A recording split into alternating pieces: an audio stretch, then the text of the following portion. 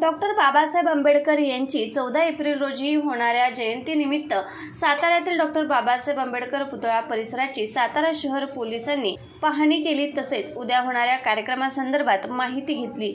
यावेळी सातारा शहर पोलीस निरीक्षक राजेंद्र मस्के यांनी बंदोबस्ताला असलेल्या पोलीस कर्मचाऱ्यांना मार्गदर्शन केले। डॉक्टर बाबासाहेब आंबेडकर जयंती उत्साहात व शांततेत पार पडावी यासाठी ठिकठिकाणी पोलीस बंदोबस्त लावण्यात आला आहे।